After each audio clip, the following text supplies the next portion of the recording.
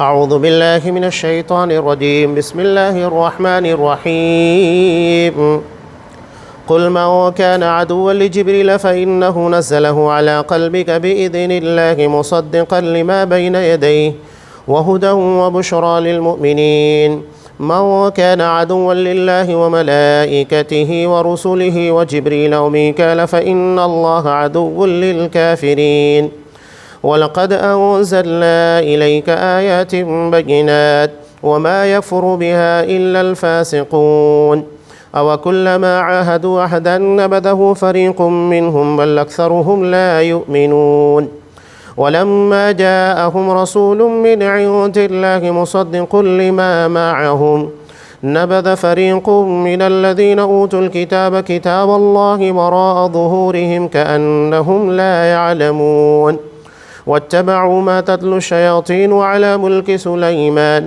وما كفر سليمان ولكن الشياطين كفروا يعلمون الناس السحر وما أنزل على الملكين ببابل هاروت وماروت وما يعلمان من أحد حتى يقولا إنما نحن فتنة فلا تكفر فيتعلمون منهما ما يفرقون به بين المرء وزوجه وما هم بضارين به من أحد إلا بإذن الله ويتعلمون ما يضرهم ولا ينفعهم ولقد علموا لمن اشتراه ما له في الآخرة من خلاق ولبئس ما شروا به أنفسهم لو كانوا يعلمون ولو أنهم آمنوا واتقوا لمثوبة من عند الله خير لو كانوا يعلمون۔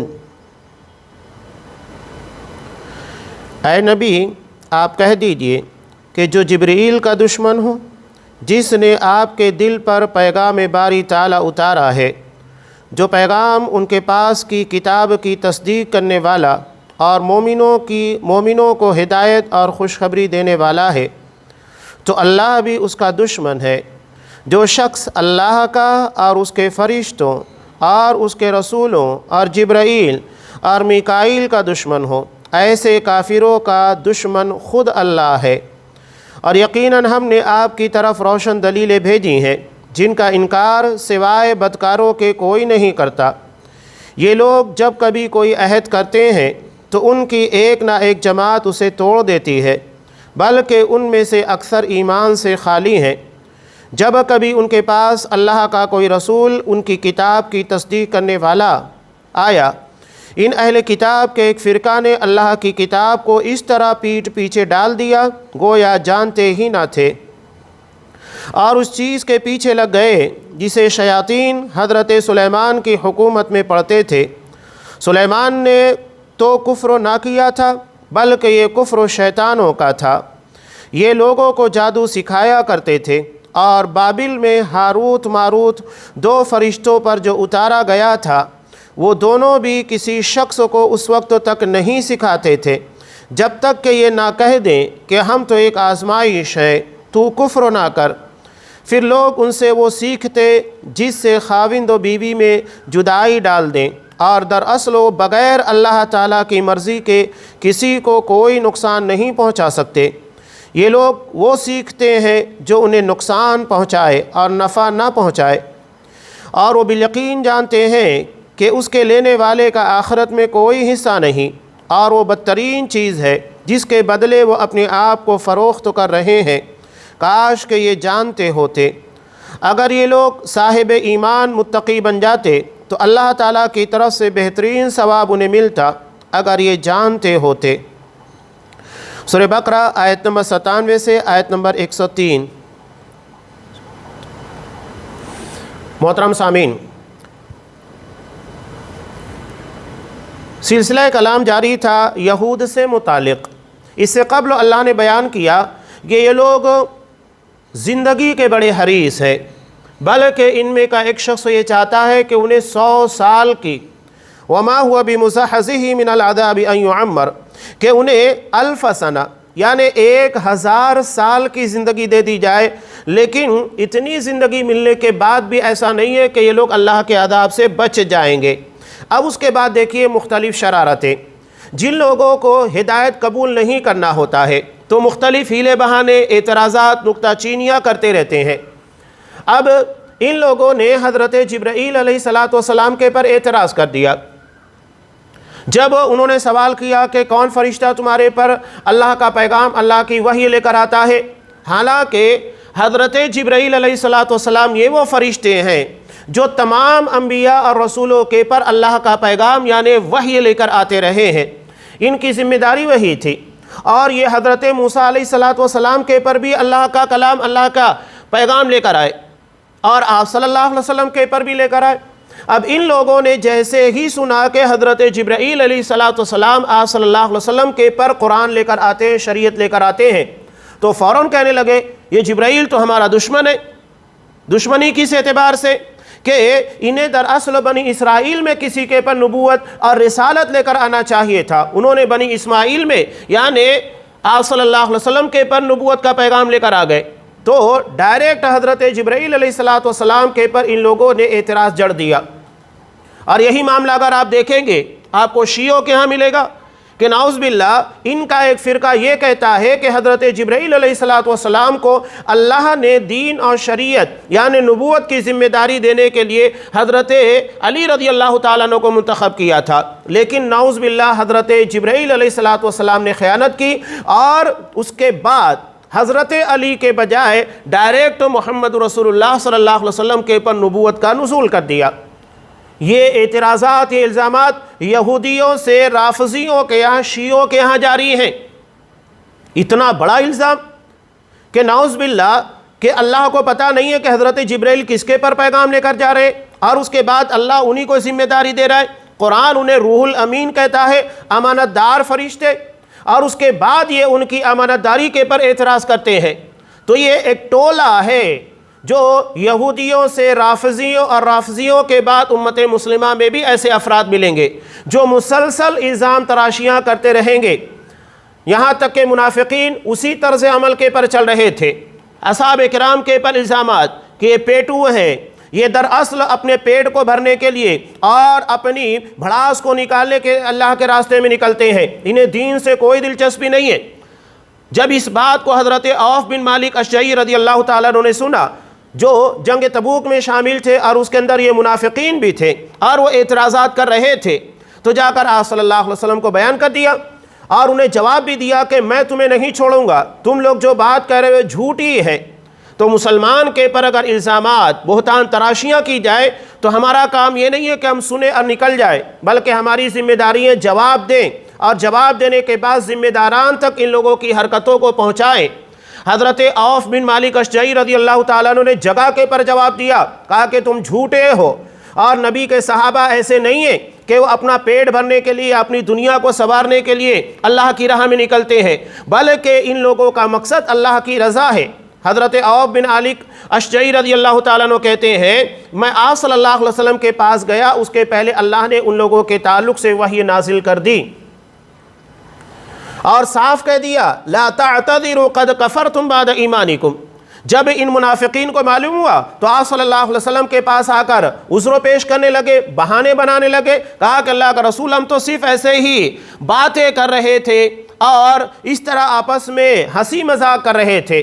قرآن مجید نے صاف ان لوگوں کے اعتراض کا اور ان لوگوں کے ہیل و بہانوں کا جواب دیتے ہوئے کہا تمہیں ہیلے بہانے پیش کرنے کی کوئی ضرورت نہیں، تم ایمان لانے کے بعد کافر بن چکے ہو۔ یہ اصحاب کرام، اللہ اور رسول، ان تمام لوگوں کے مذاق اڑانے کا نتیجہ ہے۔ یہ آسان بات نہیں ہے کہ آپ کسی کے پر الزام تراشی کریں۔ تو یہ چیزیں آپ کو دیکھیے شیعوں کے ہاں، رافضیوں کے ہاں اور انہی کے طرز کے عمل کے پر چلنے والے ہمارے اپنے درمیان رہنے والے منافقین، یعنی جن لوگوں کو اسلام اور مسلمانوں سے محبت نہیں، کچھ حصے پر محبت ہے اور جہاں ان کے مزاج کے خلاف ہے وہاں نفرتیں ہیں، دشمنیاں ہیں۔ اس کا مطلب یہ ہے کہ آپ کو اللہ اور اس کے رسول کے لیے محبت نہیں ہے، بلکہ اپنے ذاتی مفاد کے اعتبار سے اسلام کے کچھ معاملات کے پر محبت ہے، اور جہاں ان کے اپنے معاملات کے خلاف ہے وہاں نفرت ہے اور دشمنیاں ہے۔ تو ان لوگوں نے کہا کہ جبرائیل تو ہمارے دشمن ہے۔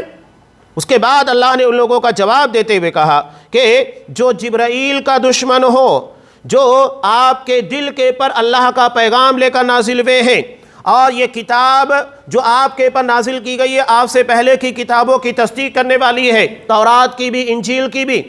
اس کا مطلب یہ ہے کہ جب اس میں تورات کی تصدیق ہے، انجیل کی تصدیق ہے، تو ان تمام کتابوں کا نازل کرنے والا اللہ ہی ہے، تبھی اس کے اندر تصدیق ہے۔ ورنہ پچھلی کتابوں کے بارے میں اعتراضات ہوتے، ان کے بارے میں مختلف قسموں کے الزامات دائر کیے جاتے، ایسا اس میں کچھ بھی نہیں ہے، اور مومنوں کو ہدایت اور خوشخبری دینے والا ہے۔ تو اللہ نے آگے کہا جو بھی جبرائیل کا یا فرشتوں میں سے کسی بھی کا، چاہے وہ میکائیل ہو، کسی بھی ایک فرشتے کا دشمن ہے تو اللہ اس کا دشمن ہے۔ یہاں صاف اللہ نے کہا کسی بھی ایک فرشتے کا انکار یا کسی ایک فرشتے سے دشمنی، یہ اللہ کی دشمنی مول لینے کے برابر ہے۔ کیوں؟ اس لیے کہ اللہ نے ان فرشتوں کو پیدا کیا، اللہ نے ساری ذمہ داری دی۔ اگر کوئی جبرائیل کے پر اعتراض کرتا ہے یا کسی فرشتے کے پر اعتراض کرتا ہے، اس کا مطلب یہ ہے کہ وہ اللہ پر اعتراض کر رہا ہے، اس لیے کہ ساری ذمہ داریاں اللہ نے ان لوگوں کو عطا کی ہے، تو اصل اعتراض اللہ کے پر ہو جاتا ہے۔ اس اعتبار سے اللہ نے کہا کہ میں اس کا دشمن۔ یہی بات بخاری کی روایت میں ہے جو حدیث قدسی ہے، اللہ تبارک و تعالیٰ کہتا ہے من عادی لی ولیا، جو میرے کسی ولی سے، یعنی اللہ کا ایسا بندہ جو شریعت کا پابند ہو، زیادہ سے زیادہ عبادت اللہ کی فرما برداری کرنے کی کوشش کرتا ہے، اللہ کا ولی، اللہ کا قریبی بن جاتا ہے، تو اگر کوئی میرے ولی سے دشمنی مول لیتا ہے فقد آذنتہ بالحرب، میں اس سے اعلان جنگ کر دیتا ہوں۔ اس لیے کہ یہ بندہ اللہ کی بندگی کرنے کے بعد اللہ کا مقرب بنا ہے، اللہ نے جو احکامات دیے اس کے مطابق عمل کیا، جس سے منع کرنے کا حق کہا اس سے رک گیا، تو اللہ کے حکموں کے مطابق چلنے کے بعد جب وہ اللہ کا قریبی بن گیا اور تم اس سے دشمنی لے رہے ہو، اس کے خلاف جانے کی کوشش کر رہے ہو، اس کا مطلب تم اللہ کے خلاف جا رہے ہو۔ اس بنیاد کے پر اللہ ایسے لوگوں سے دشمنی مول لیتا ہے، اور اللہ کی دشمنی ہر کسی کو بہت بھاری پڑتی ہے۔ فرشتوں کے تعلق سے اس سے قبل بھی بیانات گزر چکے ہیں، میں اس بات کا اعادہ کرتے چلوں کہ فرشتوں کے تعلق سے آپ دیکھیں شریعت اسلامیہ میں بھی عقیدہ ہے فرشتوں کے بارے میں، اور یہی عقیدہ آپ دیکھیے ہمارے یہاں جو ہندو مذہب کے لوگ پائے جاتے ہیں ان لوگوں کے یہاں پر بھی عقیدہ ہے۔ وہ لوگ بھی کہتے ہیں یمدوت یعنی جو موت کا فرشتہ ہے، میگھ دوت یعنی جو بارش کا فرشتہ ہے، اور راج دوت یعنی جو حکومت کا فرشتہ ہے، ان لوگوں کے یہاں بھی فرشتوں کے تعلق سے عقیدہ اور آستھا موجود ہے۔ اب اسلام اور ان لوگوں کے درمیان فرشتوں کے تعلق سے کیا فرق ہے؟ بہت بڑا فرق ہے۔ قرآن مجید نے فرشتوں کے تعلق سے صاف کہا لا یعصون اللہ ما امرہم، فرشتے اللہ کے حکموں کے خلاف نہیں جاتے، اللہ نے جتنا حکم دیا اتنا ہی کرتے ہیں۔ اللہ نے اگر ملک الموت کو حکم دیا کہ ایک بچے کی جان کو نکالنا ہے، وہ گرچہ اپنے ماں کی گود میں دودھ پیتا اور اس کا اکلوتا بیٹا ہے اور بہت چاہتی ہے، بڑی محبت کرتی ہے، فرشتہ یہ وہاں پر یہ نہیں دیکھے گا کہ اس کی روح نکالنے سے اس کی ماں کو کتنی تکلیف ہوگی، وہ صرف یہ دیکھتا ہے اللہ کا حکم ہے اور مجھے جا کر اس کی روح کو قبض کرنا ہے۔ وہاں پر وہ ساری چیزیں ماورا ہو جاتی ہیں جو ہمارے جذبات، ہمارے احساسات سے منسلک ہے۔ حادثات ہوتے ہیں جو اللہ کی طرف سے حفاظت کیے ہوئے فرشتے ہوتے ہیں۔ اللہ تبارک و تعالیٰ کہتا ہے سورہ انعام میں وَيُرْسِلُ عَلَيْكُمْ حَافِظًا، اللہ تمہاری حفاظت کے لیے فرشتوں کو نازل کرتا ہے، یعنی فرشتوں کی ایک جماعت ہے جو ہماری حفاظت کرتے رہتی ہے، جس کی بنیاد کے پر مختلف حادثات اور مختلف آفات سے ہم محفوظ رہتے ہیں۔ یہ بہت بڑا انعام اللہ کی طرف سے۔ ذکر اذکار کی ایک بہت بڑی فضیلت یہ ہے کہ اللہ اس کی بنیاد کے پر فرشتے ہمیں دیتا ہے جو ہماری حفاظت کرتے ہیں، اور اس کی وجہ سے ہماری زندگیاں محفوظ ہوتی ہے، ہم نقصانات سے، آفات سے، بیماریوں سے، مختلف قسموں کے حادثات سے محفوظ ہوتے ہیں۔ اور جیسے ہی اللہ کی طرف سے یہ حفاظتی فرشتے ہٹتے ہیں ہمارے پر کوئی نہ کوئی مصیبت طاری ہو جاتی ہے۔ تو ذکر کی بڑی فضیلت ہے۔ ہم سمجھتے ہیں کہ یہ ذکر کرنا، دعائیں مانگنا، دعا پڑھتے رہنا، ذکر کرتے رہنا، تسبیحات پڑھنا یہ ایک معمولی سی چیز ہے، نہیں، بلکہ یہ ذریعہ ہے اللہ کی نصرت کا، اللہ کی رحمت کے نزول کا، لہذا اس کا اہتمام بہت ہونا چاہیے۔ اسی لیے جب ایک صحابی نے آپ صلی اللہ علیہ وسلم سے سوال کیا کہ آپ مجھے کچھ وصیت کیجئے، کچھ نصیحت کیجئے، تو آپ صلی اللہ علیہ وسلم نے ان سے کہا تھا، جیسا کہ مسند احمد کی روایت میں ہے، لا یزال لسانک رطبا بذکر اللہ، تمہاری زبان ہمیشہ اللہ کے ذکر سے تر و تازہ ہونا چاہیے، ہمیشہ اللہ کا ذکر کرتے رہو۔ حضرت عائشہ رضی اللہ تعالیٰ عنہ کہتی ہے کہ آپ صلی اللہ علیہ وسلم ہمیشہ اللہ کا ذکر کرتے تھے، چاہے لیٹے ہوئے ہو، بیٹھے ہوئے ہو، چل رہے ہو، جب تک آپ جاگتے ہیں اللہ کا ذکر کرتے رہتے تھے، تو یہ فضیلت ہوتی ہے۔ بہرحال تو اللہ کی طرف سے یہ حفاظت کرنے والے فرشتے ہوتے ہیں جو ہماری حفاظت کرتے ہیں۔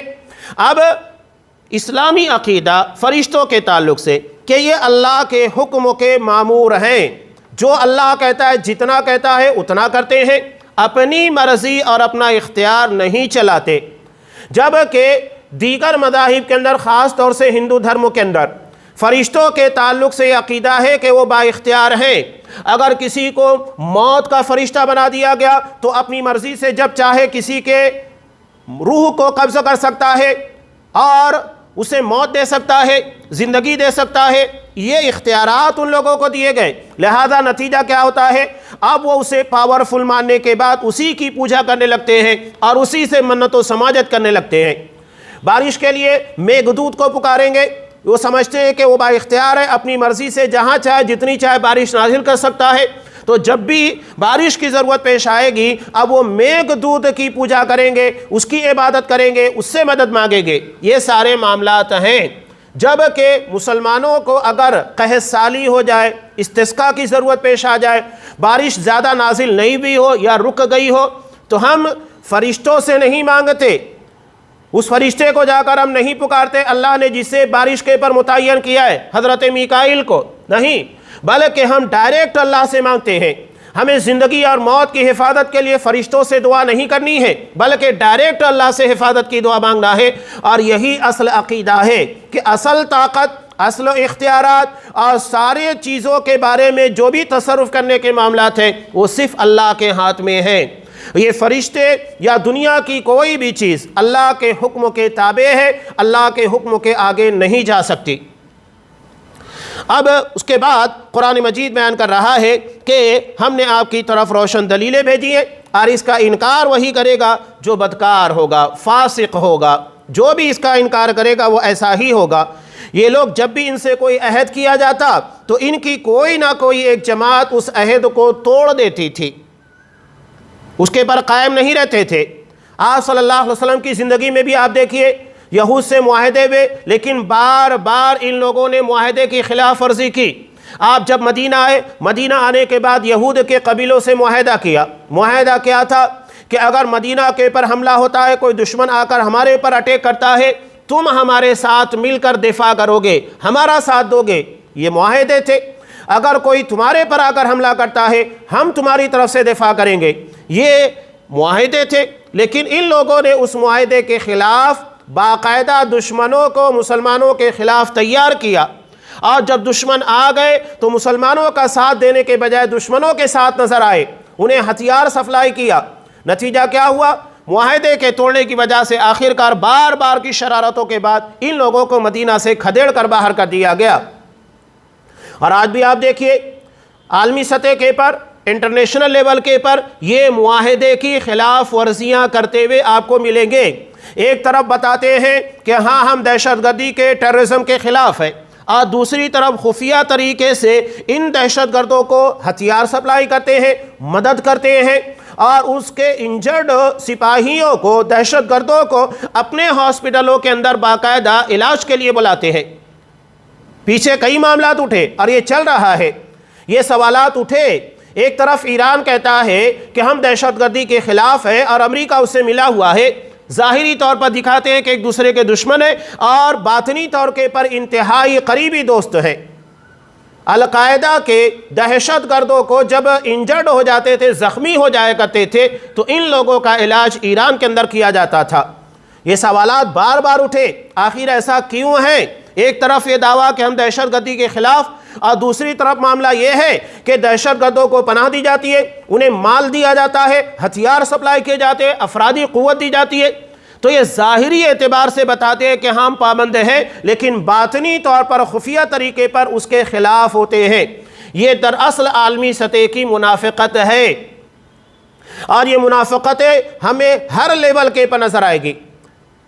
ہمیں نظر آتا ہے جماعتی سطح کے پر بھی یا سماجی سطح کے پر بھی ایسے افراد جو بظاہر دکھائی دیتے ہیں کہ بڑے پابندے ہیں، بڑے مخلص ہیں، حقیقت یہ ہوتی ہے کہ جو زبان سے کہہ رہے ہوتے ہیں وہ زبان کے مطابق نہیں ہوتا، بلکہ باطنی طور پر خفیہ طریقے پر ان تمام چیزوں کے خلاف کام کر رہے ہوتے ہیں، جماعت کی بنیادوں کو کھدیڑ رہے ہوتے ہیں اور سماج کو بکھیر رہے ہوتے ہیں۔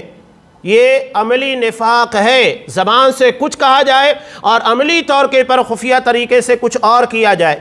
یہ نتیجہ ہے ان لوگوں کا کہ حقیقت میں ان کا عمل، ان لوگوں کے قول، ان لوگوں کی ظاہری باتوں کے خلاف ہے۔ تو یہ بار بار اس کو توڑ دیا کرتے تھے۔ جب رسول ان لوگوں کے پاس اللہ کی کتاب یعنی محمد رسول اللہ صلی اللہ علیہ وسلم لے کر آئے تو اس کتاب کو پس پشت ڈال دیا، انکار کر دیا، اور اس کے بعد قرآن نے ان لوگوں کی ایک بہت بڑی شرارت کا تذکرہ کیا۔ اخلاقی گراوٹ کتنی تھی کہ نعوذ باللہ شیاطین نے حضرت سلیمان علیہ السلام، اللہ نے جنہیں بڑی حکومت عطا کی تھی، جنوں کے پر شیاطین کے پر اختیارات تھے، مہینوں کا سفر ایک دن کے اندر طے کر لیا کرتے تھے، اللہ نے اتنے اختیارات دیے تھے، اتنی پاور عطا کی تھی۔ اب جب ان کی موت واقع ہو گئی تو شیاطین نے جادو کے پر لکھی گئی کتابوں کو ان کے کرسی کے نیچے اور تخت کے نیچے لا کر دفن کر دیا، اور اس کے بعد اپنے پنٹروں کے ذریعے یعنی جو یہود کے تھے ان لوگوں کو کھودنے کے لیے اشارہ کیا۔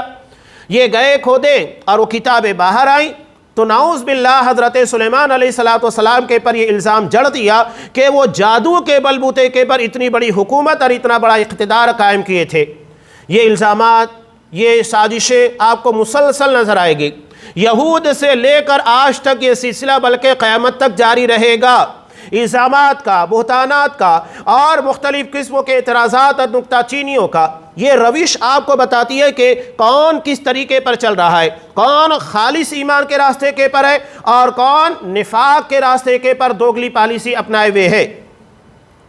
اور اس کے بعد یہ لوگوں کے درمیان آیا، اللہ نے حضرت سلیمان علیہ السلام کا دفاع کیا۔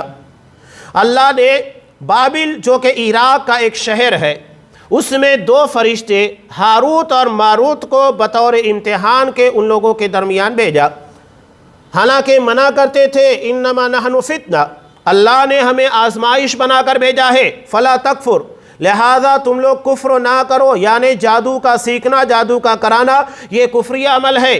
حضرت عمر بن خطاب رضی اللہ تعالیٰ عنہ نے اپنے دور خلافت میں یہ حکم جاری کیا تھا کہ جتنے جادوگر ہیں اور جادوگرنیاں ہیں اگر یہ توبہ کرتے ہیں تو ٹھیک ہے، ورنہ ان لوگوں کے سر کو قلم کر دیا جائے، ان لوگوں کو زندہ نہ رکھا جائے، اس لیے کہ جادو کا سیکھنا، اس کا سکھانا، اس کا کروانا یہ کفر ہے۔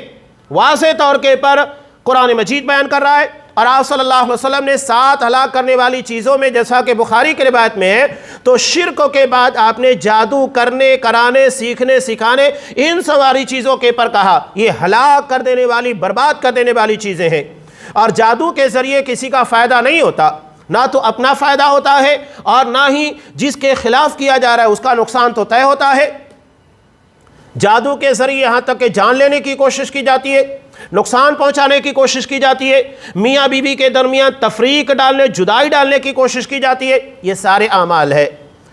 جادو ایک خفیہ عمل ہے اور جادو حقیقت ہے۔ جادو کے پر ہمارا ایمان ہے کہ اللہ نے بطور آزمائش کے اس کا علم اتارا ہے، لیکن اس کا مطلب یہ نہیں کہ جادو کو سیکھا جائے، سکھایا جائے، کیا جائے، کروایا جائے، نہیں، منع ہے۔ جیسا کہ اللہ نے بطور آزمائش کے زہر بھی پیدا کیا ہے، تو کیا زہر کے پیدا کرنے کا مطلب یہ ہے کہ ہم زہر کھائیں یا دوسروں کو کھلا کر ماریں؟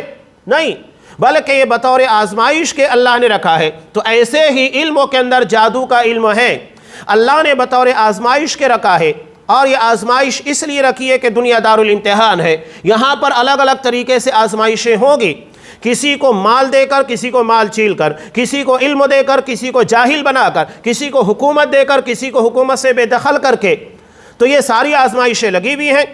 تو یہ آزمائش کے طور پر اللہ نے ہاروت اور ماروت دو فرشتے ان لوگوں کے درمیان بھیجے۔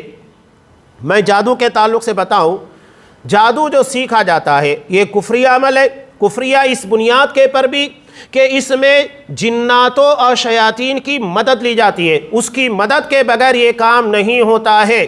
اگر آپ کسی شخص کے پاس جائیں اور کسی پریشانی کے اندر وہ آپ کو آپ کی ماں کا نام پوچھتا ہے، باپ کا نام، یا تو آپ کے کپڑے لانے کا کہتا ہے، تو سمجھ جائیے کہ وہ ایک کفریہ عمل کر رہا ہے، سفلی علم کر رہا ہے، یہ جادو ہے۔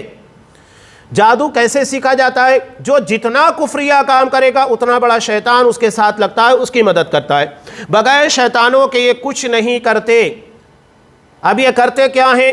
کسی بھی قبیلے کے جن سردار اس کو خوش کرنے کے لیے بڑے سے بڑا کفریہ کام کرتے ہیں۔ جیسا کہ ہم دیکھتے ہیں کہ نیک کام کرنے کی وجہ سے نیک لوگ ہمارے ساتھ آتے ہیں، تو ایسے ہی برا کام کرنے کی وجہ سے بڑے بڑے شیاطین ساتھ میں آتے ہیں۔ تو جتنا بڑا کفریہ کام کریں گے اتنا بڑا شیطان ہماری خدمت کے لیے دیا جاتا ہے۔ لیکن یہ معاملہ آسان نہیں ہوتا ہے۔ نعوذ باللہ کچھ چیزیں ایسی ہیں، اتنے بڑے بڑے کفریہ عمل کیے جاتے ہیں کہ نعوذ باللہ قرآن مجید کو اپنے پیروں میں باندھ کر پہن کر لیٹرین کے لیے قضاء حاجت تک کے لیے جاتے ہیں۔ سوچئے کہ اس سے اندازہ لگائیے کہ کیسا کام ہوتا ہے۔ قرآن مجید کو نعوذ باللہ حیض اور نفاس کے خون سے الٹا لکھتے ہیں۔ یعنی جتنا زیادہ کفریہ کام کریں گے اتنا بڑا ان لوگوں کو شیطان ملتا ہے جو ان کی مدد کرتا ہے، اور انہی کے ذریعے سے یہ لوگ ساری شرارتیں کرتے ہیں۔ تو یہ ایک کفریہ عمل ہے۔ قرآن مجید نے حضرت سلیمان علیہ السلام کے بارے میں صاف کہا کہ سلیمان نے تو کفر نہیں کیا بلکہ یہ کفر شیاطین کا تھا۔ ان لوگوں نے حضرت سلیمان علیہ السلام کے پر الزام لگایا، اور یہ یہود کی روش رہی ہے۔ اگر آپ ان لوگوں کی کتاب تلمود پڑھیں گے جو ان کی فقہی کتاب ہے، شاید کوئی نبی ایسا ہے جس کو زانی، بدکار، شرابی نہ کہا ہو۔ نعوذ باللہ حضرت سلیمان علیہ السلام، حضرت داؤد علیہ السلام کے بارے میں لکھا کہ دراصل ایک وقت انہوں نے نقل کفر نباشت، میں ایک کفریہ بات نقل کر رہا ہوں لیکن اس کا مطلب یہ نہیں کہ میں کافر بن جاؤں گا، صرف بیان کرنا مقصود ہے کہ ان لوگوں کے ہاں اس طرح کی حرکتیں ہیں، اور ان لوگوں کی روش کے پر چلنے والے ہمارے درمیان بھی اسی طرح کے الزام تراشیاں کرتے ہوئے نظر آئیں گے۔ نبیوں کو نہیں بخشا گیا۔ حضرت داؤد علیہ السلام کے بارے میں کہ انہوں نے اپنے ایک فوجی کی عورت کو نعوذ باللہ برہنہ نہاتے ہوئے دیکھ لیا، فدا ہو گئے۔ اب بہانے سے اسے ایک فوج میں بھیجا، ایک جنگ کے موقع کے پر، ایک محاذ کے پر، اور اسے وہیں پر مروا دیا، اور اس کے بعد اس کی بیوی سے نکاح کر لیا، اور اسی سے حضرت سلیمان علیہ السلام پیدا ہوئے۔ سوچئے کتنا گھناؤنا الزام۔ حضرت لوط علیہ السلام ان کے تعلق سے کہ ان کی 2 بیٹیاں تھیں، جب پوری بستی کے پر عذاب آیا، عذاب آنے کے بعد ان دونوں بچیوں نے جب پہاڑ کے پر تھے کہا کہ اب تو کوئی مرد و بچہ نہیں ہے جو ہم سے نکاح کرے، اور یہ ہمارے والد صاحب ہیں، یہ تو ہم سے کوئی تعلق قائم نہیں کریں گے۔ تو سب سے پہلے بڑی بیٹی نے نعوذ باللہ حضرت لوط علیہ السلام کو دھوکے سے شراب پلایا، اور اس کے بعد نشے کی حالت میں تعلق قائم کیا، اور اس کے بعد چھوٹی نے۔ یہی معاملہ حضرت نوح علیہ السلام، ان کے تعلق سے شراب کا، زنا کا، بدکاری کا، یہ تمام چیزیں آپ دیکھیے یہودیوں کیا بالکل عام ہے، اور انہی یہودیوں کے روش کے پر چلنے والے ہمارے لوگوں کے درمیان بھی ایسے جو اس طرح کے الزام تراشیاں آپ کو کرتے نظر آئیں گے۔ یہ بہت گھناؤنا عمل ہے۔ آسان طریقہ ہے، الزامات لگا دو، بہتان تراشی کر دو، اس کے بعد سکون سے بیٹھ جاؤ، آدمی حیران و پریشان ہو جائے، ذہنی طور کے پر وہ اپاہج ہو جائے۔ یہ ان لوگوں کی تھیوری ہے، اور یہ وہی چیز ہے جو یہاں بیان کی جا رہی ہے۔ لیکن کیا انہیں یہ پتہ نہیں ہے؟ الم یعلم بان اللہ یری، اللہ سب دیکھ رہا ہے۔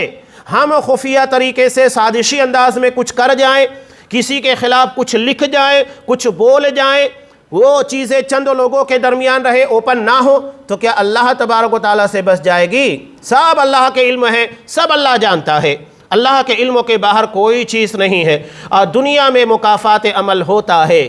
اب یہ دیکھیے قرآن کہہ رہا ہے کہ ان لوگوں نے حضرت سلیمان علیہ السلام کے پر الزام لگا دیا، قرآن مجید نے اس کا دفاع کیا کہ سلیمان نے کفر نہیں کیا بلکہ یہ کفر شیطانوں کا تھا، وہ لوگوں کو جادو سکھایا کرتے تھے۔ اب یہ بابل میں ہاروت اور ماروت جو فرشتے تھے، یہ لوگوں کو کہا کرتے تھے کہ دیکھو ہم کو بطور آزمائش کے اللہ نے بھیجا ہے، تم لوگ کفر نہ کرو۔ چنانچہ اس کے باوجود بھی یہ لوگ سیکھتے تھے، اور اس کے بعد کیا سیکھتے تھے؟ یفرقون بہ بین المرء وزوجہ، جس سے یہ میاں بیوی کے درمیان تفریق ڈالے، جدائی ڈالے۔ مسلم کی روایت میں ہے نبی کریم صلی اللہ علیہ وسلم نے ارشاد فرمایا کہ ابلیس یہ پانی کے پر اپنا تخت لگاتا ہے، اور تخت کے لگانے کے بعد اس کے سارے چیلے چپاٹے آ کر جمع ہوتے ہیں۔ دن بھر میں ان لوگوں نے کہاں پر کتنے فتنے برپا کیے، کہاں کہاں کتنی شرارتیں کی اور کتنے فساد برپا کیے، ہر کوئی آ کر اپنا کارنامہ پیش کرتا ہے۔ اتنے میں ایک آتا ہے اور کہتا ہے کہ میں نے میاں بیوی کے درمیان اتنی زیادہ رنجشیں پیدا کر دی، اتنی بدگمانیاں اور اتنی زیادہ نفرتیں پیدا کر دی کہ دونوں کے درمیان طلاق ہو گیا۔ ابلیس اٹھتا ہے، اسے گلے لگا لیتا ہے، کہتا ہے کہ تو میرا حقیقی چیلا ہے۔ یہاں صرف میاں بیوی کے درمیان تفریق نہیں ہوتی ہے، بلکہ دو خاندانوں کے درمیان تفریق ہوتی ہے۔ بچے اگر ہوں گے تو بچوں کے درمیان جدائی، ان کا مستقبل، ان کی تعلیم و تربیت سب داؤں کے پر لگ جاتی ہے۔ یہ صرف میاں بیوی کا معاملہ نہیں ہے، بلکہ میاں بیوی کے ذریعے دو خاندانوں کے درمیان، اور اگر پہلے سے رشتہ داری ہو، عمومی طور کے پر یہ ہوتا ہے کہ آپس کی رشتہ داریاں ہوتی ہیں کہ اگر ایک بھائی ہے، اس کا بیٹا ہے تو دوسرے بھائی کی بیٹی ہے، یہ لوگ آپس میں رشتہ داریاں کرتے ہیں، یا تو پھوپھی زاد، خالہ زاد، ماما زاد، آپس کے رشتہ داروں کے درمیان ہی عام طور کے پر شادیاں ہوتی ہیں۔ اب یہاں اگر طلاق اور خلا کے معاملات پیش آتے ہیں تو سوچئے کہ پہلے سے بنی ہوئی رشتہ داریاں جگہ جگہ کے پر سامنا کرنا ہے، موت ہے، میت ہے، شادی بیاہ کے مواقع ہیں، ہر موقع کے پر ایک دوسرے کے سامنے آئیں گے، کیسی کیسی دشمنیاں اور کیسی کیسی باتیں آپس میں پھیلے گی۔ تو یہ شیطان یہاں سے کوشش کرتا ہے میاں بیوی کے درمیان جدائی ڈال دینا، طلاق کروا دینا، اور اس کے بعد تماشا دیکھتے بیٹھنا۔ ایک کام کرتا ہے اور اس کے بعد دیکھیے کہ فتنوں کی ایک لڑی ہوتی ہے، یکے بعد دیگر فتنے ظاہر ہونا شروع ہو جاتے ہیں۔ قرآن کہتا ہے وَيَتَعَلَّمُونَ مَا يَضُرُّهُمْ وَلَا يَنْفَعُهُمْ، کہ وہ دراصل وہ چیزیں سیکھتے تھے جو انہیں نفع پہنچائے اور نہ نقصان، کوئی فائدہ کوئی نقصان نہیں تھا، ایک فالتو چیز تھی جس کے پیچھے لگے تھے۔ حالانکہ جادو کا یہ عمل قرآن اس کے بارے میں صاف کہتا ہے وَمَا هُمْ بِضَارِّينَ بِهِ مِنْ أَحَدٍ إِلَّا بِإِذْنِ اللَّهِ، کہ یہ اللہ کی اجازت کے بغیر کسی کو کوئی نقصان نہیں پہنچا سکتے۔ یعنی جب اللہ چاہے گا تبھی جادو اثر انداز ہوگا، ورنہ اثر انداز نہیں ہوگا۔ یہ اللہ کی مرضی کے خلاف نہیں ہو سکتا ہے۔ اور یہ جو عمل سیکھ رہے تھے، ان لوگوں کا آخرت میں کوئی حصہ نہیں ہے، اور یہ بہت بدترین چیز ہے جس کے بدلے میں وہ اپنی آخرت کو تباہ کر رہے ہیں، بیچ رہے ہیں۔ یعنی اس طرح کی حرکتیں، لوگوں میں فتنہ پروری کرنا، میاں بیوی کے درمیان جدائی ڈالنا، الزامات ہے، بہتان تراشیاں ہیں، اس طرح کے فتنے کے سارے ساز و سامان، سازشیں کہیے، منصوبے کہیے، جس سے لوگوں کو نقصان پہنچانا مقصود ہو، یہ سب کے سب اپنی آخرت کو داؤں پر لگا دینے والا عمل ہے۔ دنیا میں بظاہر ان لوگوں کو لگے کہ ہم نے بہت اچھا کام کیا ہے۔ منافقین کو بھی کہا جاتا تھا نا، عمومی طور کے پر ان لوگوں کی حالت دیکھنے کے بعد لوگوں کو یہی لگتا ہے کہ یہ لوگ فساد برپا کر رہے ہیں، لیکن جب یہ منافقین کو کہا جاتا تھا وَإِذَا قِيلَ لَهُمْ لَا تُفْسِدُوا فِي الْأَرْضِ، زمین میں فساد نہ برپا کرو، تو یہ لوگ کیا جواب دیتے ہیں پلٹ کر؟ اِنَّمَا نَحْنُ مُصْلِحُونَ، ہم تو اصلاح کا کام کر رہے ہیں۔ اور آج بھی منافقین کے طرز عمل کے پر چلنے والے لوگ ایسے ہی ہیں، جو فتنہ پیدا کرنے کے بعد بہتان تراشیاں، الزامات اور مختلف قسموں کی شرارتیں کرنے کے بعد کیا کہتے ہیں؟ اصلاح کا کام کر رہے ہیں، ہم جماعت میں اصلاح کرنا چاہتے ہیں، سدھارنا چاہتے ہیں، حالانکہ یہ لوگ فساد برپا کر رہے ہیں۔ یہ منافقین کا طرز عمل ہے۔ قرآن دراصل کردار پیش کرتا ہے، کسوٹی کے پر ان کو پرکھیے، آپ کو سمجھ میں آ جائے گا کون سا کردار کون ادا کر رہا ہے۔ تو ہمیں یہ دیکھنا ہے کہ یہود کا یہ جو معاملہ ہے جس میں شرارتیں ہیں اور سازشیں ہیں، تکلیفیں ہیں، لوگوں کے درمیان فساد ڈالنا ہے، پھوٹ ڈالنا ہے، مختلف قسموں کے اعتراضات ہیں، الزامات ہیں، بہتان تراشیاں ہیں، ہمیں یہ کردار ادا کرنا ہے، یا تو پھر اس کے مقابلے میں مومنانہ کردار جو ہماری دنیا اور آخرت دونوں کو سنوارنے والا ہے۔ قرآن دراصل کردار کو پیش کر رہا ہے۔ ابھی یہ سلسلہ کلام جاری ہے، انشاءاللہ آئندہ درس میں ان لوگوں کی مزید تفصیل کہ آپ صلی اللہ علیہ وسلم سے حسد کی بنیاد کے پر یہ کیا کیا کرتے تھے۔ حسد ایک خطرناک قسموں کا نفسیاتی مرض ہے، اور یہ اللہ کی تقسیم، اللہ کے عدل کے پر اعتراض ہے، یہ عقیدے کی خرابی کا نتیجہ ہے۔ اس کی تفصیلی باتیں آئندہ درسوں میں آئے گی۔ اللہ تبارک و تعالیٰ سے دعا ہے کہ ہمیں اپنے کردار کو ایمان اور اخلاص والا بنائے، جس میں للہیت ہو، جس میں ایمان کی ہدایت کے مطابق کیا گیا عمل ہو، اور ہر وہ چیز جو کہ اخلاص کے منافی ہو، جس میں نفاق کے معاملات نظر آتے ہو، شرارت منصوبہ بندیاں، سازشیں نظر آتی ہو، ان تمام قسموں کی شرارتوں اور فتنوں سے ہمیں محفوظ رکھے۔ آمین۔ وآخر دعوانا ان الحمد للہ رب العالمین۔